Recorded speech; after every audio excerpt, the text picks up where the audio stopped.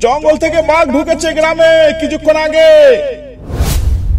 মোহনদা, বাঘ ওই কোথায়? ওই তো বাঘটা পালিয়ে যাচ্ছে। ওই দেখো, আরো দুটো পালিয়ে যাচ্ছে। তার মানে বাঘের চেয়ে ভয়ঙ্কর কিছু আসতে চলেছে আমাদের সামনে। সাদা বাঘ? আমাদের সুন্দরবন জঙ্গলে সাদা বাঘ কোথা থেকে আসবে?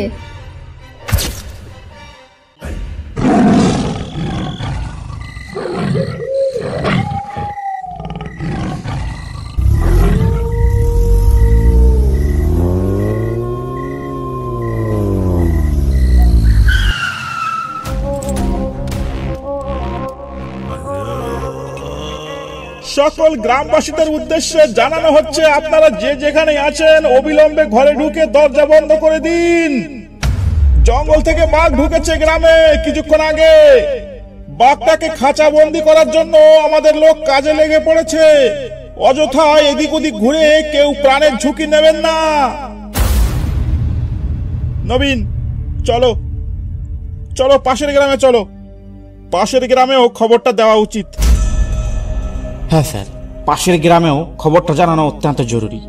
কারণ কারোর কিছু হয়ে গেলে দায়ভারটা আমাদের উপরই আসবে। চলুন স্যার, এখানে আর এক মুহূর্ত দেরি করে আমাদের কোনো লাভ নেই। এক্ষুনি চলুন।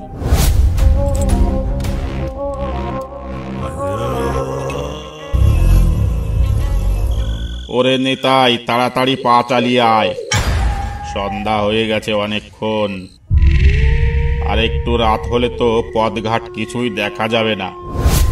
বাড়ি পৌঁছবো কি করে তখন? এমনিতেই হাট করতে আজ অনেক দেরি হয়ে গেল।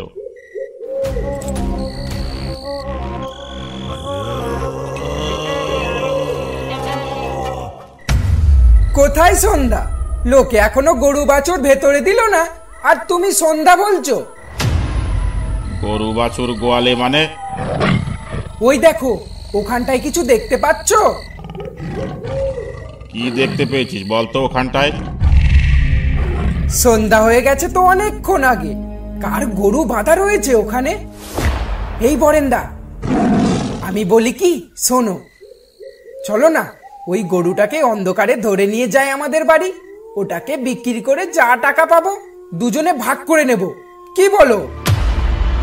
তা কথা মন্দ বলিসনি, কিন্তু নিতাই, যদি ধরা পড়ি তাহলে তো লোকে গরু চোর বলে গাল দেবে। বরেন্দা, আশেপাশে কোথায় বাঘ ডেকে উঠলো মনে হলো। মনে হচ্ছে নদী পেরিয়ে গ্রামে বাঘ ঢুকে পড়েছে। ওই দেখো আবার। নেতাই, এটা গরু নয় রে, এটা মনে হচ্ছে বাঘ। ওই দেখ, আমাদের কথা শুনে এদিকেই আসছে। লাইক করুন, কমেন্ট বরেন্দা,